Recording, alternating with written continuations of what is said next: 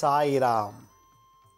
ಆತ್ಮೀಯ ವೀಕ್ಷಕ ಬಾಂಧವರಿಗೆಲ್ಲ ಇವತ್ತಿನ ಜೀವನಾಮೃತ ಕಾರ್ಯಕ್ರಮಕ್ಕೆ ಸ್ವಾಗತ ಸುಸ್ವಾಗತ. ವೀಕ್ಷಕರೇ, ನಿನ್ನೆ ಸಂಚಿಕೆಯಲ್ಲಿ ಯಾಕೆ ಮಕ್ಕಳು ನಮ್ಮನೇಲಿ ಗಲಾಟೆ ಮಾಡ್ತಾರೆ ಅಪ್ಪ ಅಮ್ಮನ ಮೇಲೆ, ಅಪ್ಪ ಅಮ್ಮನ ಯಾಕೆ ಮಕ್ಕಳ ಮೇಲೆ ಕೂಗಾಡ್ತಾರೆ, ಆದಾಯ ಬರುತ್ತೆ ಉಳಿತಾಯ ಆಗ್ತಿಲ್ಲ, ಕಾರಣ ನಮ್ಮ ಪೂರ್ವಜನರು ಮಾಡಿದಂಥ ಊಟಕ್ಕೋಸ್ಕರ ಮಾಡಿದಂಥ ಕೆಲವು ಮಹಾಪಾಪಗಳು ಈಗಿನ ಜನ್ರೇಷನ್ ಮೇಲೆ ತೊಂದರೆ ಕೊಡ್ತಿರ್ತದೆ. ಅದಕ್ಕೆ ಆಹಾರ ದಾನ, ಅನ್ನದಾನವನ್ನು ಮಾಡಬೇಕು ಅಂತ ಹೇಳಿ ನೆನ್ನೆ ಹೇಳಿದ್ದೆ. ಜ್ಯೋತಿಷ್ಯ ಶಾಸ್ತ್ರದಲ್ಲಿ ಕೆಲವು ಸೂಕ್ಷ್ಮತೆಗಳನ್ನು ತಿಳಿಸ್ಕೊಡ್ತಾರೆ. ಇಡೀ ಜಗತ್ತಿಗೆ 27 ಗ್ರಹಗಳಿವೆ ಅಂತ ಹೇಳ್ತಾರೆ. ಆ 27ರಲ್ಲಿ 9 ಗ್ರಹಗಳು ಮಹಾಶ್ರೇಷ್ಠ ಪ್ರಧಾನವಾದದ್ದು ಅಂತ. ಸೂರ್ಯ, ಚಂದ್ರ, ಮಂಗಳ, ಬುಧ, ಗುರು, ಶುಕ್ರ, ಶನಿ, ರಾಹು ಮತ್ತು ಕೇತು ಗ್ರಹಗಳು. ಈ ಗ್ರಹಗಳು ಇರೋದ್ರಿಂದ ನಾವು ಜಗತ್ತಿನಲ್ಲಿ ಇರೋದು. ಈ ಭೂಮಿ ಅನ್ನೋದು ಒಂದು ಗ್ರಹ. ಈ ಗ್ರಹಕ್ಕೆ ಸೂರ್ಯನ ಬೆಳಕು, ಚಂದ್ರನ ಬೆಳಕು, ಗಾಳಿ, ನೀರು ಎಲ್ಲ ಸಿಗ್ತಿದೆ. ಈ ಭೂಮಿನೇ ಇಲ್ಲ ಅಂದರೆ ಸೂರ್ಯ ಇರ್ತಿರ್ಲಿಲ್ಲ, ಚಂದ್ರ ಇರ್ತಿರಲಿಲ್ಲ, ಗಾಳಿ, ಬೆಳಕು, ನೀರು ಸಿಗ್ತಿರ್ಲಿಲ್ಲ. ಇದು ಸಿಂಪಲ್ ಫಾರ್ಮುಲಾ, ಎಲ್ಲೂ ನಂಬಲೇಬೇಕು. ಸೂರ್ಯ ಚಂದ್ರನಿಟ್ಟವ್ರು ಯಾರು? ಯಾತಕ್ಕೆ ಸೂರ್ಯ ಬಂದ, ಯಾತಕ್ಕೆ ಚಂದ್ರ ಬಂದ? ಚಂದ್ರ ಸೂರ್ಯ ಜಗತ್ತಿನಲ್ಲಿ ಇಲ್ಲ, ನಾವು ಹೆಂಗಿರ್ತಿದ್ವಿ? ಈ ವಿಚಾರನ ಚಿಂತನೆ ಮಾಡಿದಾಗ ದೇವರಿದ್ದಾನೆ ಅನ್ನೋದು ಬಂದುಬಿಡ್ತದೆ. ಯಾವ ಸೈಂಟಿಸ್ಟ್ ಇಟ್ಟಿಲ್ಲ ತೊಗೊಂಡೋಗಿ, ಚಂದ್ರನ ಸೂರ್ಯನ ಸೈಂಟಿಸ್ಟು ಇಟ್ಟಿಲ್ಲ. ಆದರೆ ಅವ್ರ ಪ್ರಭಾವ ಏನು, ಪವರ್ ಏನಿದೆ ನವಗ್ರಹದ್ದು ಅನ್ನೋದನ್ನು ಅನಾದಿ ಕಾಲದಿಂದಲೂ ನಮ್ಮ ಋಷಿಮುನಿಗಳು, ವಿದ್ವಾಂಸರು, ಪಂಡಿತರು, ಪಾಮರರು ಇದ್ರ ಬಗ್ಗೆ ರಿಸರ್ಚ್ ಮಾಡಿ ಮನುಷ್ಯನ ಜೀವನದಲ್ಲಿ ಯಾಕೆ ಅತಿಯಾದ ಕಷ್ಟಗಳು, ದುಃಖಗಳು ಬರ್ತಿರ್ತದೆ. ನನ್ನ ಹತ್ರ ಯಾರೋ ಒಬ್ಬರು ಬಂದು ಮಾತಾಡ್ತಾ ಇದ್ರು. ಒಬ್ಬರು, ನಾನು ಪ್ಯಾರಿಸ್ ಫ್ರಾನ್ಸ್ಗೆ ಹೋಗ್ಬೇಕಾದ್ರೆ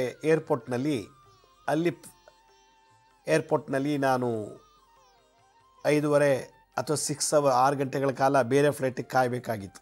ಬೆಹ್ರೈನ್ ಅಂತ ಒಂದು ಏರ್ಪೋರ್ಟ್ನಲ್ಲಿ ಪ್ಯಾರಿಸ್ಗೆ ಹೋಗೋಕ್ಕೆ ಮುಂಚೆ ಬೇರೆ ಫ್ಲೈಟ್ಗೆ ಕಾಯ್ತಿರ್ಬೇಕಾದ್ರೆ ಅಲ್ಲಿ ಯಾರೋ ಒಬ್ಬರು ಕನ್ನಡಿಗರು ಅವ್ರು ಬಂದು ಮೀಟ್ ಏರ್ಪೋರ್ಟಲ್ಲಿ ಅವರು ಎಲ್ಲೋ ಪ್ಯಾರಿಸ್ಗೆ ಹೋಗ್ತಾಯಿದ್ರು.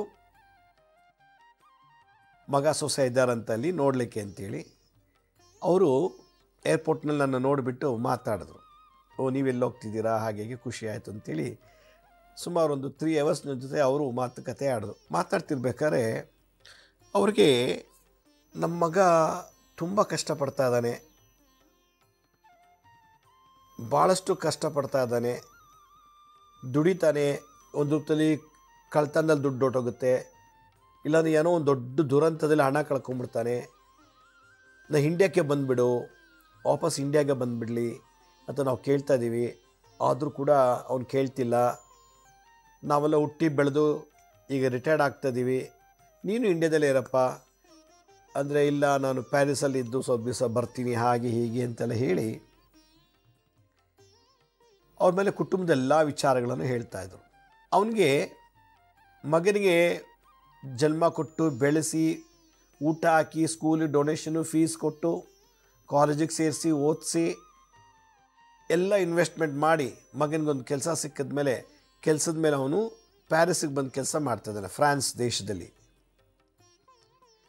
ಇಷ್ಟೆಲ್ಲ ಆದರೂ ಕೂಡ ಮಗನ ಮೇಲೆ ಪ್ರೀತಿ. ಮಗ ಯಾವಾಗಲೂ ನೋಡಿದ್ರೂ ಬೈತಾ ಇರ್ತಾನೆ, ಫೋನ್ ಮಾಡ್ತಾನೆ, ಫೋನಲ್ಲೂ ಬೈತಾನೆ, ಬೆಂಗಳೂರು ಬಂದಾಗಲೂ ಬೈತಾನೆ, ಫೋನಲ್ಲೂ ಬೈತಾನೆ. ಈಗ ಪ್ಯಾರಿಸ್ಗೆ ಹೋಗ್ತಾ ಇದ್ದೀವಿ, ಅಲ್ಲೂ ಬೈಬೋದೇನೋ, ಯಾರು ಗೊತ್ತು ಅಂಥೇಳಿ. ಅವ್ರಿಗೇನಪ್ಪ ಚಿಂತೆ ಅಂದರೆ ಮಕ್ಕಳಾಗ್ತಿಲ್ಲ ಅಂತ. ಮಗನಿಗೆ ಮಕ್ಕಳಾಗ್ತಿಲ್ಲ, ಮದುವೆಯಾಗಿ 6 ವರ್ಷ ಆಗಿದೆ, ಮಕ್ಕಳಾಗ್ತಿಲ್ಲ. ಇದು ತಾಯಿ ತನ್ನ ದುಃಖವನ್ನು ಹೇಳ್ಕೊತಾ ಇದ್ದಾಳೆ. ನನ್ನ ಮಗನಿಗೆ ಮದುವೆಯಾಗಿ 5-6 ವರ್ಷ ಆಯಿತು, ಮಕ್ಕಳಾಗ್ತಿಲ್ಲ. ನನ್ನ ಸೊಸೆಗೇನೋ ಪ್ರಾಬ್ಲಮ್ ಆಗಿದೆಯಂತೆ, ಹುಷಾರಿಲ್ಲದೆ ಮಲ್ಕೊಂಡ್ಬಿಟ್ಟಿದ್ದಾಳೆ, 6 ತಿಂಗಳು ಬೆಡ್ ರೆಸ್ಟ್ ಬೇಕು ಅಂತ ಡಾಕ್ಟ್ರ್ ಹೇಳಿದ್ರಂತೆ, ಅದಕ್ಕೆ ನಾವು ಹೋಗ್ತಾ ಇದ್ದೀವಿ, 6 ತಿಂಗಳು ಇದ್ದು ವಾಪಸ್ ಇಂಡಿಯಾಗೆ ಬರ್ತೀವಿ ಅನ್ನೋ ಪ್ರಶ್ನೆ ಬಂತಲ್ಲಿ. ಅವ್ರ ಹತ್ರ ಮಗಂದು ಜಾತಕ ಇತ್ತು, ವಾಟ್ಸಪ್ಪಲ್ಲಿ ಇಟ್ಕೊಂಡಿದ್ರು. ಅದನ್ನು ಓಪನ್ ಮಾಡ್ದಂಗೆ ಏರ್ಪೋರ್ಟಲ್ಲಿ ತೋರಿಸಿದ್ರು. ಅವನಿಗೆ ಸಂತಾನ ಆಗೋ ಯೋಗ ಇದೆ, ಜಾತಕದಲ್ಲಿ ಸಂತಾನ ಆಗುವಂಥ ಯೋಗ ಇದೆ. ಮಕ್ಕಳಾಗುತ್ತಮ್ಮ, ಯಾಕೆ ಯೋಚನೆ ಮಾಡ್ತೀರಿ, ಮಗು ಆಗುತ್ತೆ, ತಂದೆ ಆಗೋ ಯೋಗ ಇದೆ. ನಾನು ಹೇಳಿದೆ, ತಂದೆ ಆಗೋ ಯೋಗ ಇದೆ, ಯಾಕೆ ಚಿಂತೆ ಮಾಡ್ತೀರಾ? 6 ವರ್ಷ ಆಯಿತು, ಇನ್ನೂ ಮಕ್ಕಳಾಗಿಲ್ಲ, ನನ್ನ ಸೊಸೆ ರೋಗಿಷ್ಟೇ, ಏನೋ ಬಿದ್ದೇನೋ ಪ್ರಾಬ್ಲಮ್ ಆಗಿ ಬೆಡ್ ರೆಸ್ಟ್ ತೊಗೋಬೇಕಂತ 6 ತಿಂಗಳು ಬೆಡ್ ರೆಸ್ಟ್ ಅಂತೆ, ಅದಕ್ಕೀಗ ನಮ್ಮನ್ನು ಕರ್ಸ್ಕೊತಾ ಇದ್ದಾನೆ ಅಂತ ಹೇಳೋದು. ಹೋಗಿ ಟ್ರೀಟ್ ಮಾಡಲಿ, ಸೊಸೆ ನೋಡ್ಕೊಳ್ಳಿ, ಚೆನ್ನಾಗೇ ಇದು ಮಾಡಿ, ಸೊಸೆ ಆರೋಗ್ಯ ಸರಿ ಹೋದ್ಮೇಲೆ ಮಗು ಆಗುತ್ತೆ ಹೋಗಿ ಅಂತ ನಾನು ಹೇಳಿದೆ. ನಾನು ಅವ್ರಿಗೊಂದು ಮಾತು ಹೇಳಿದೆ, ಎಲ್ಲ ಇದೆ, ಮಗು ಆಗೋ ಯೋಗ ಇದೆ, ತಂದೆ ಆಗೋ ಯೋಗ ಇದೆ, ಯಾಕೆ ಇವನಿಗೆ ತೊಂದರೆ ಆಗ್ತಿದೆ ಮಕ್ಕಳಾಗಕ್ಕೆ. ಆಮೇಲೆ ನಾನೊಂದು ಮಾತು ಕೇಳಿದೆ. ಅವನು ಓದುವಾಗ ಬೆಂಗಳೂರಿನಲ್ಲಿದ್ದಾಗ, ಅವನು ಬೆಳೆದು ಓದಿ ಇಂಜಿನಿಯರ್ ಆಗಿದ್ದು ಬೆಂಗಳೂರಿನಲ್ಲೇ, ಆಮೇಲೆ ಕೆಲಸಕ್ಕೆ ಹೋಗಿರೋದು ಅವನಿಗೆ. ಅಲ್ಲಿಗೆ ಹೋದ್ಮೇಲೆ ಇವನು ಮಕ್ಕಳಾಗ್ತಿಲ್ಲ. ಅದಕ್ಕೆ ಮುಂಚೆ ಏನಿದೆ ಅವನ ಅಕೌಂಟಲ್ಲಿ,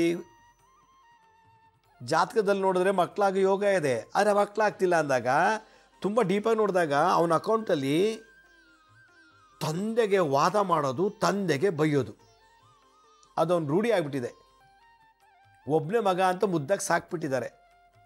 ತಂದೆ ಬೈತಾನೆ, ತಂದೆಗೆ ಜೊತೆ ವಾದ, ಹಂಗಿಲ್ಲ ಹಿಂಗಿಲ್ಲ ಅಂತಲ್ಲ. ನಾನು ಹೇಳಿದೆ, ನಿಮ್ಮ ಮಗ ಅಪ್ಪನ ಹತ್ರ ಹೇಗಿದ್ದಾನೆ, ತಂದೆ ಮಗ ಸಂಬಂಧ ಹೇಗಿದೆ ಅಂತ ಕೇಳಿದಾಗ ಅವನು ನನ್ನ ಹತ್ರ ತುಂಬ ಇದು ಅಷ್ಟೇ, ಅಪ್ಪನ ಹತ್ರ ಬರೀ ಗೋಳಿ ಕೊತ್ತಾನೆ, ಬೈತಾನೆ, ಮತ್ತು ವಾದ ವಿವಾದಗಳನ್ನು ಮಾಡ್ತಾನೆ.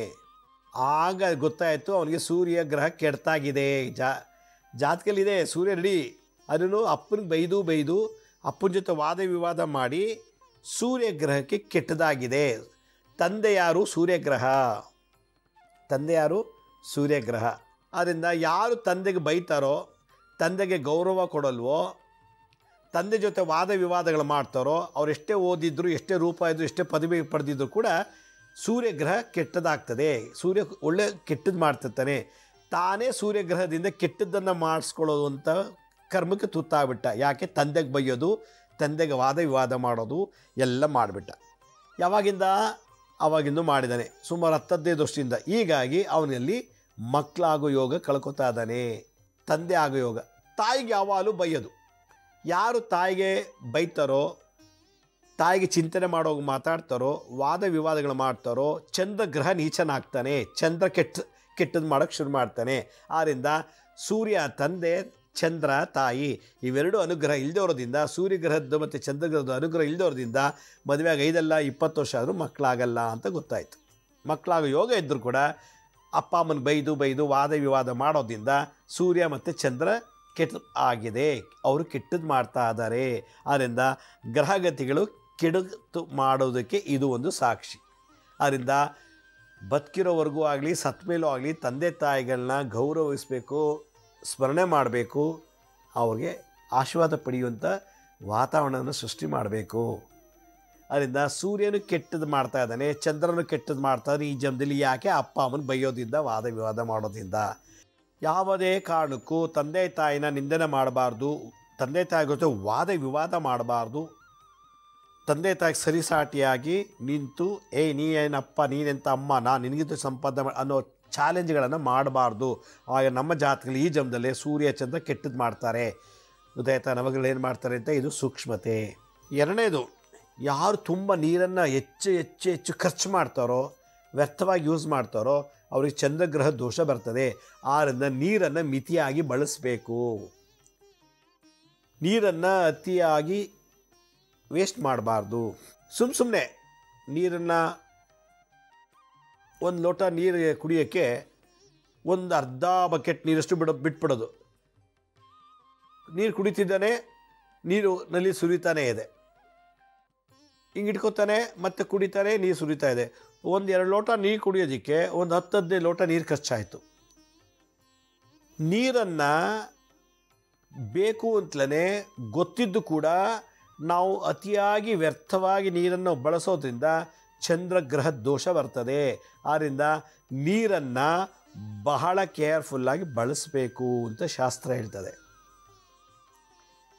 ಚಂದ್ರಗ್ರಹ ದೋಷ. ಮನೆಯಲ್ಲಿ ಕಾರಿದೆ, ಸೈಟ್ ಇದೆ, ಒಡವೆ ಇದೆ, ದುಡ್ಡಿದೆ, ಜಾಬ್ ಇದೆ, ಎಲ್ಲ ಇದೆ, ಸುಮ್ಮನೆ ಕೂಗೋದು, ಕೆಟ್ಟ ಮಾತುಗಳಾಡೋದು ಎಲ್ಲರ ಮೇಲೂ. ಇಲ್ಲಿ ಎಲ್ಲರ ಮೇಲೂ ಅಂತ ಹೇಳ್ತಾ ಇದ್ದೀನಿ, ಅಪ್ಪ ಅಮ್ಮನ ಮೇಲೆಲ್ಲ. ಅಪ್ಪ ಅಮ್ಮನ ಸೇರಿಸ್ಕೊಂಡು ಅಕ್ಕನ ಮೇಲೆ, ತಂಗಿ ಮೇಲೆ, ತಂದೆ ಮೇಲೆ, ಆಮೇಲೆ ಯಾರ ಮೇಲೆ, ಯಾರು ಮಾತೆತ್ತರೂ ಅವ್ಯಾಚ ಪದಗಳು, ಕೂಗೋದು, ಹಾ ಹೂ ಅಂತ ಕೂಗೋದು, ಕೆಟ್ಟ ಮಾತಾಡೋದು, ಇದು ಯಾರ ಮನೇಲಿ ಈ ಥರ ನಡೀತದೋ ಅಲ್ಲಿ ಅವ್ರ ಮನೇಲಿ ಮಂಗಳ ಗ್ರಹ ನೀಚನಾಗ್ತಾನೆ, ಮಂಗಳಿಂದ ತೊಂದರೆ ಕೊಡ್ತಿರ್ತಾನೆ. ಆದ್ದರಿಂದ ಮಂಗಳಿಗೆ ಏನು ಮಾಡಬೇಕು, ಮಂಗಳ ಗ್ರಹ ಚೆನ್ನಾಗಿರಬೇಕು ಅಂದರೆ ಕೆಟ್ಟ ಪದಗಳು ಬಾಯಲ್ಲಿ ಬರಬಾರ್ದು, ಯಾರಿಗೂ ಕೆಟ್ಟ ಪದದಲ್ಲಿ ಬೈಬಾರ್ದು. ಅವರು ಇತರರೇ ಆಗಿರ್ಬೋದು, ಸ್ವಗೋತ್ರದಲ್ಲೇ ಇರ್ಬೋದು, ನಮ್ಮ ಮನೇಲೆ ಹುಟ್ಟಿರ್ಬೋದು ಅಥವಾ ಪರಗೋತ್ರದಲ್ಲೇ ಇರ್ಬೋದು, ಕೆಟ್ಟ ಮಾತುಗಳು ಆಡಬಾರ್ದು, ಕೂಗಬಾರ್ದು, ಬೆದರಿಸ್ಬಾರ್ದು, ಎದುರಿಸ್ಬಾರ್ದು. ಈ ಥರ ಏನಾಯಿತು ಅಂದರೆ ಮಂಗಳ ಗ್ರಹ ಅದು ನಮ್ಗೆ ರಿವರ್ಸ್ ಮಾಡ್ತಾನೆ. ನಾನು 4 ಜನ ಕೆಟ್ಟ ಬೈದು ಹಾ ಹೂ ಅಂತ ಎದುರಿಸ್ಬಿಟ್ರೆ 10 ಜನ ನನಗೆ ಹೊಡೆಯೋಕ್ಕೆ ಬರ್ತಾರೆ, ಬೈಯಕ್ಕೆ ಬರ್ತಾರೆ, ಎದುರ್ಸೋಕ್ಕೆ ಬರ್ತಾರೆ. ಇದು ಮಂಗಳ ಗ್ರಹ. ನೀರನ್ನು ಅತಿಯಾಗಿ ಮಿತಿಯಾಗಿ ಬಳಸಿದಷ್ಟು ಚಂದ್ರನ ಆಶೀರ್ವಾದ ಆಗುತ್ತೆ. ನೀವು ಯಾವಾಗ ಕೆಟ್ಟ ಮಾತುಗಳು ಆಡೋದಿಲ್ವೋ, ಯಾರಿಗೂ ಎದುರಿಸೋದು ಬೆದರಿಸೋದು ಥ್ರೆಟ್ ಮಾಡೋದಿಲ್ವೋ, ಮಂಗಳ ಕುಜ ದೋಷ ನಿವಾರಣೆ ಆಗುತ್ತೆ. ಹೆಚ್ಚೆಚ್ಚಿಗೆ ಕೆಟ್ಟ ಮಾತಾಡಿದಷ್ಟು ಕುಜ ದೋಷ ಜಾಸ್ತಿ ಆಯಿತು. ಯಾವಾಗ ಕುಜ ದೋಷ ಜಾಸ್ತಿ ಆಯಿತು, ಯಾವಾಗಲೂ ಅಮಂಗಳ. ಮಂಗಳ ಗ್ರಹ ಮಂಗಳ ಮಾಡೋದಿಲ್ಲ, ಶುಭ ಮಾಡೋದಿಲ್ಲ, ಮದುವೆ ಮಾಡಿಸಲ್ಲ, ಮಕ್ಕಳಾಗ್ಸಲ್ಲ, ಅಶುಭಗಳು, ಎಂಗೇಜ್ಮೆಂಟ್ ಕ್ಯಾನ್ಸಲ್ಲು, ಅಬಾರ್ಷನ್ ಆಗೋದು ಇದೆಲ್ಲ ನಡೀತಾ ಇರ್ತದೆ. ಆದ್ದರಿಂದ ಅಶುಭವನ್ನು ಮಾಡಬಾರ್ದು. ಅಶುಭ ಅಂದ್ರೇನು? ಮಾತಿನಿಂದ ಕೆಟ್ಟದನ್ನು ಎಷ್ಟು ಬೇಕೋ ಅಷ್ಟು ಮಾತಾಡಬೇಕು, ಕೆಟ್ಟ ಮಾತಾಡಬಾರ್ದು, ಕೂಗಾಡಬಾರ್ದು, ಗರ್ಜನೆ ಮಾಡಬಾರ್ದು. ಇದೆಲ್ಲ ಮಾಡ್ತಿದ್ರೆ ಮಂಗಳ ಗ್ರಹ ನಮಗೆ ಎಫೆಕ್ಟ್ ಮಾಡುತ್ತೆ.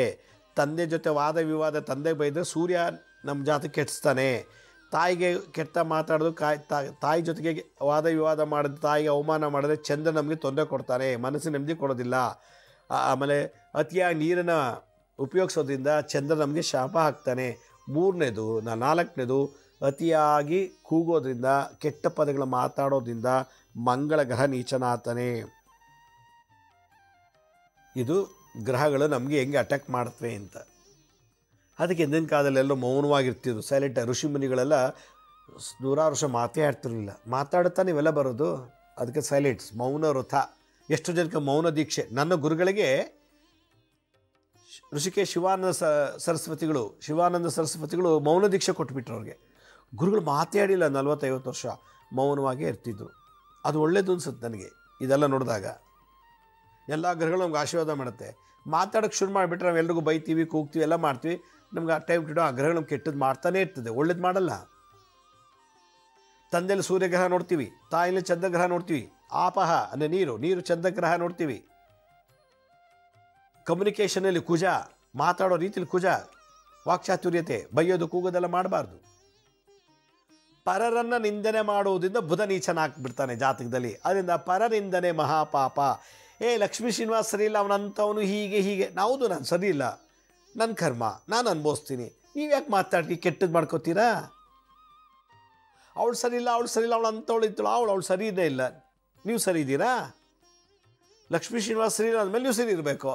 ನೀವೇ ಸರಿ ಇಲ್ಲ ಅಂದಮೇಲೆ ನೀವು ನನ್ನ ಕಳ್ಳ ಅನ್ನಬಾರ್ದು, ಕೊಲೆಗಾರ ಅನ್ಬಾರ್ದು, ಮೋಸಗಾರ ಅನ್ನಬಾರ್ದು, ವಂಚಕ ಅನ್ನಬಾರ್ದು, ನನ್ನ ಬಗ್ಗೆ ಏನು ಮಾತಾಡಬಾರ್ದು. ನೀವೇ ಸರಿ ಇಲ್ಲ ಅಂದಮೇಲೆ ಇನ್ನೊಬ್ಬರ ನಿಂದನೆ ಮಾಡೋ ಇಲ್ಲ.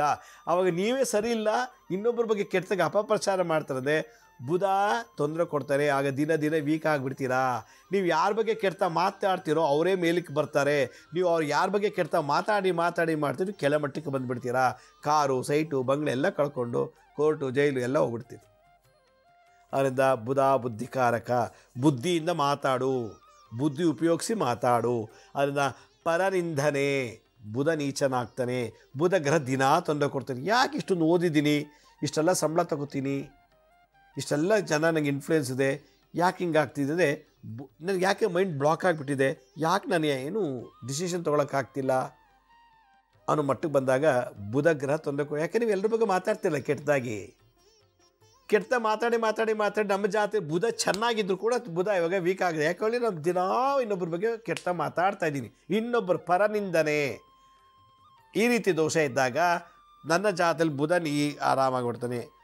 ಸುಳ್ಳು ಹೇಳಿ ಎಲ್ರಿಗೂ ಕನ್ಫ್ಯೂಷನ್ ಮಾಡೋದು, ಸುಳ್ಳು ಹೇಳಿ ಎಲ್ರಿಗೂ ತೊಂದರೆ ಕೊಡೋದು, ಸುಳ್ಳು ಎಲ್ರಿಗೂ ಒಂಥರ ಗೊಂದಲ ಸೃಷ್ಟಿ ಮಾಡಿಬಿಟ್ರೆ ಹೋಗಿ ದಿನ ಬಂಕಾಗ ಗುರುಗ್ರಹ ನೀಚನಾಗ್ತಾನೆ.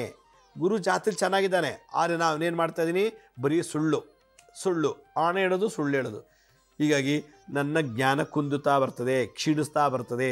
ಆದ್ದರಿಂದ ಅತಿಯಾಗಿ ಸುಳ್ಳು ಆಣೆ ಪ್ರಮಾಣ ಮಾಡಬೇಡಿ. ಮಾಡಿದ್ರೆ ಗುರು ನಿಮಗೆ ಎಲ್ಲ ಓದಿದ್ದಾನೆ, ಕೆಲಸ ಸಿಗ್ತಿಲ್ಲ, ಎಲ್ಲ ಇದೆ, ಸಂಬಳ ಸಿಗ್ತಿಲ್ಲ ಸರಿಯಾಗಿ. ಗುರು ಬಲ ಕಮ್ಮಿ ಆಗಿಬಿಡುತ್ತೆ. ಅತಿಯಾದ ಸೆಕ್ಸ್, ಅತಿಯಾದ ಕಾಮ, ಅಸ್ತಮೈಥುನ, ಬೇರೆ ಬೇರೆ ಕಡೆ ಹೋಗಿ ಕಾಮದ ಆಸೆ ತೀರಿಸ್ಕೊಂಡು ಬಂದಷ್ಟು ಏನಾಗುತ್ತೆ, ಕಾರು, ಬಂಗ್ಲೆ, ಮನೆ, ಸೈಟು ಎಲ್ಲವನ್ನ ಕಳ್ಕೊತೀವಿ. ಶುಕ್ರ ವೈಭವಕಾರಕ. ಶುಕ್ರ ನಮಗೆಲ್ಲ ವೈಭವ ಕೊಡೋನು, ಸಂತಾನ ಕೊಡೋನು, ಮದುವೆ ಮಾಡೋವಂಥ ಗ್ರಹ ಶುಕ್ರ. ನಾವು ಮೈಲಿಗೆ ಮಾಡಾದಷ್ಟು, ನಾವು ಎಷ್ಟು ಪಲ್ಯೂಟ್ ಆದಷ್ಟು ಶುಕ್ರ ನೀಚನಾಗ್ತಾನೆ. ಏನೆಲ್ಲ ಇದೆ, ರೂಪ ಇದೆ, ವಿದ್ಯೆ ಇದೆ, ಕೆಲಸ ಇದೆ, ಆಸ್ತಿ ಇದೆ, ಮದುವೆ ಆಗ್ತಿಲ್ಲ.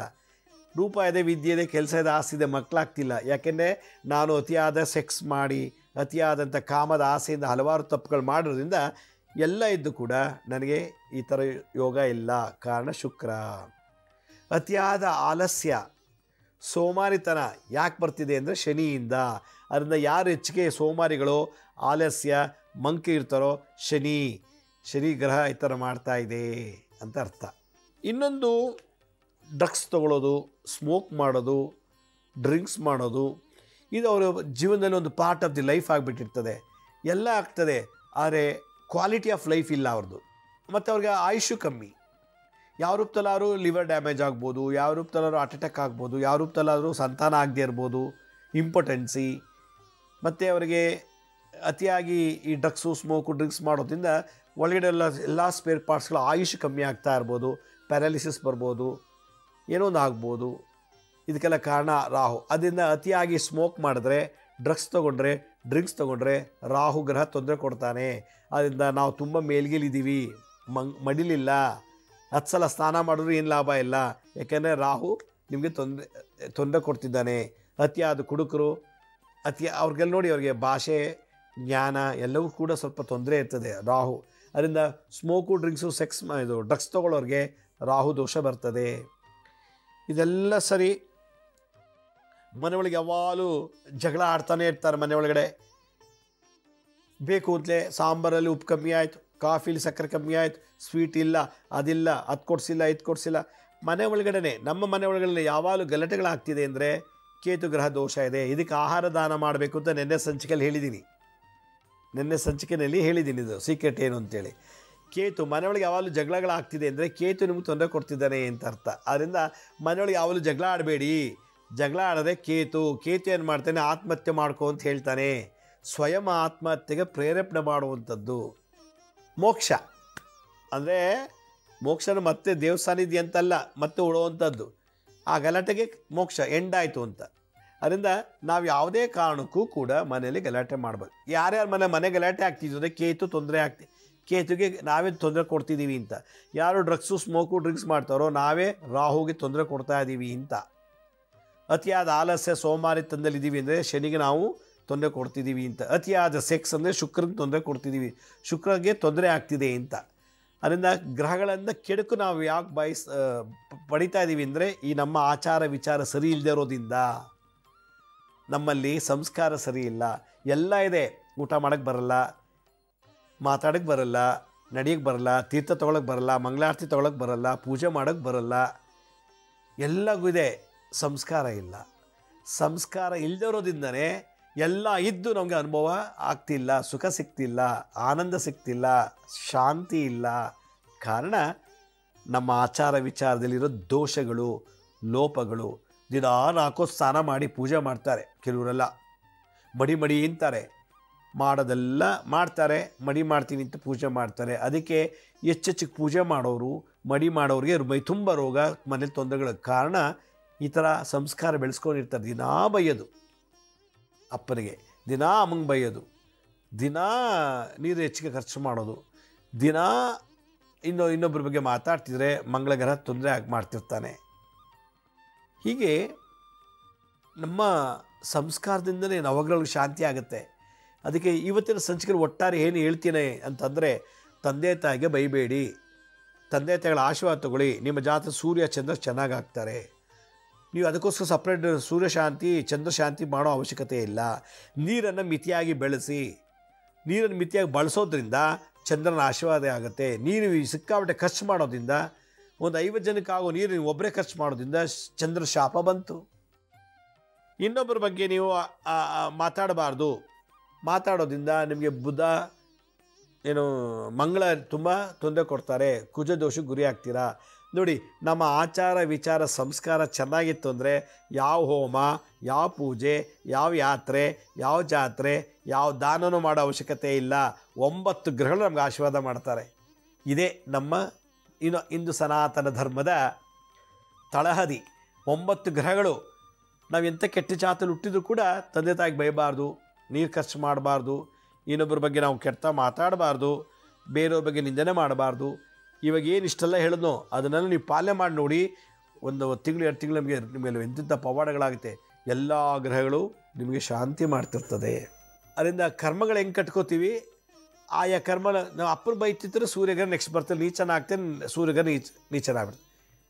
ತಾಯಿಗೆ ಬೈತಾ ಇರ್ತೀವಿ, ಚಂದ್ರ ನೀಚನಾಗ್ತದೆ. ಹೀಗೆ ನಾವು ಮಾಡ್ತಿರ್ತೀವಿ, ಆ ಗ್ರಹಗಳು ಹಂಗೆ ಅಕ್ಸೆಪ್ಟ್ ಮಾಡಿ ಹಂಗೆ ತೊಂದರೆ ಕೊಡ್ತಾರೆ. ಇನ್ನೆಲ್ಲ ಹೋಗುತ್ತೆ. ನಾನು ಅಪ್ಪನ ಬೈದ್ರೆ ಪಕ್ಕದ ಮನೆ ಅಪ್ಪ ಬಂದು ಬೈಯಲ್ಲ, ಅಥವಾ ಪಕ್ಕದ ಮನೆ ಅಮ್ಮ ಬಂದು ನಂಗೆ ಸನ್ಮಾನ ಮಾಡಲ್ಲ. ಸೂರ್ಯಚಂದ್ರರೇ, ಇದೇ ಸೀಕ್ರೆಟ್ ಆಫ್ ಆಸ್ಟ್ರಾಲಜಿ. ಅದರಿಂದ ಪ್ರತಿಯೊಬ್ಬ ಮನುಷ್ಯ ಆಯುಷ್ವಂತನಾಗಿ ಆರೋಗ್ಯವಂತನಾಗಿ ಸುಖವಾಗಿರಬೇಕು ಅಂದರೆ ಈ 9 ಗ್ರಹಗಳನ್ನು ಆಶೀರ್ವಾದ ಬೇಕು ಅಂದರೆ ನಮ್ಮ ಮಾತು, ನಾವು ಚಿಂತನೆ ಮಾಡೋ ದಾಟಿ, ನಮ್ಮ ಸಂಸ್ಕಾರ, ವಿಚಾರ, ಆಚಾರ ಇದಿಷ್ಟು ಶುದ್ಧಿ ಆಯಿತು ಅಂತಂದರೆ ನೀವು ಯಾವ ಜ್ಯೋತಿಷ್ಯ ವಾಸ್ತು ನೋಡೋಕೆ ಹೋಗಬೇಕಾಗಿಲ್ಲ, ಯಾವ ಪೂಜೆ, ಯಾತ್ರೆ, ಹೋಮ, ಹವನ ಯಾವುದೂ ಮಾಡಬೇಕಾಗಿಲ್ಲ ಅಂತ ಹೇಳ್ತಾ ಇವತ್ತಿನ ಸಂಚಿಕೆ ಮುಗಿಸ್ತಾ ಇದ್ದೀನಿ. ನಮ್ಮ ಹಳೆ ಸಂಚಿಕೆಗಳು ಯಾರು ನೋಡೋಕ್ಕಾಗಿಲ್ವೋ ನಮ್ಮ ಶಿರಡಿ ಸಾಯಿ ಭಿಕ್ಷಾ ಕೇಂದ್ರ ಮತ್ತು ಹೆಲ್ತ್ ಸೈನ್ಸ್ ಅಂತ 2 ಯೂಟ್ಯೂಬ್ ಚಾನಲ್ ಇದೆ. ಇದ್ರ ಜೊತೆಗೆ SSVK ಜ್ಞಾನೋದಯ ಅಂತ ಒಂದು ಮ್ಯೂಸಿಕ್ ಚಾನಲ್ ಇದೆ. 3ಕ್ಕೂ ಸಬ್ಸ್ಕ್ರೈಬ್ ಮಾಡ್ಕೊಳ್ಳಿ. ಪಕ್ಕದ ಬೆಲ್ ಬಟನ್ ಪ್ರೆಸ್ ಮಾಡಿ, ನೋಡಾದ್ಮೇಲೆ ಲೈಕನ್ನು ಬಟನ್ ಪ್ರೆಸ್ ಮಾಡಿ. ಆಮೇಲೆ ಆ ಲಿಂಕನ್ನು ನಿಮ್ಮ ಬಂಧು ಮಿತ್ರರು ವಾಟ್ಸಪ್ ಮುಖಾಂತರ, ಇಮೇಲ್ ಮುಖಾಂತರ ಶೇರ್ ಮಾಡಿ. ಗುರುಜಿ ಲಕ್ಷ್ಮೀ ಶ್ರೀನಿವಾಸ್ ಅಂತೇಳಿ ಫೇಸ್ಬುಕ್ಕು, ಇನ್ಸ್ಟಾಗ್ರಾಮು, ಟ್ವಿಟ್ಟರು, ಲಿಂಕ್ಡಲ್ಲೂ ಕೂಡ ಟೈಮ್ ಟು ಟೈಮ್ ನಾವು ಇನ್ಫಾರ್ಮೇಷನ್ ಅಪ್ಲೋಡ್ ಮಾಡ್ತಿರ್ತೀವಿ. ಅಪಾಯಿಂಟ್ಮೆಂಟ್ಸ್ ಬೇಕಿದ್ದರು www.lakshmisrinivas.in ಅಂತ ನೀವೇ ಲಾಗಿನ್ ಆಗಿ ಯಾವ ಡೇಟು ಯಾವ ಟೈಮ್ಗೆ ನೀವು ಬುಕ್ ಮಾಡ್ಕೋಬೋದು ಅಂತ ಹೇಳ್ತಾ ಇವತ್ತಿನ ಸಂಚಿಕೆಯನ್ನು ಮುಗಿಸ್ತೀನಿ. ಇದೇ ರೀತಿ ನಾಳಿನ ಸಂಚಿಕೆಯಲ್ಲಿ ಮತ್ತೊಂದು ವಿಶೇಷವಾದಂಥ ಮಾಹಿತಿಯನ್ನು ತಮ್ಮನ್ನು ಭೇಟಿ ಮಾಡ್ತೀನಿ. ಅಲ್ಲಿವರೆಗೂ ನನ್ನ ನಮಸ್ಕಾರ. ಸಾಯಿರಾಮ್.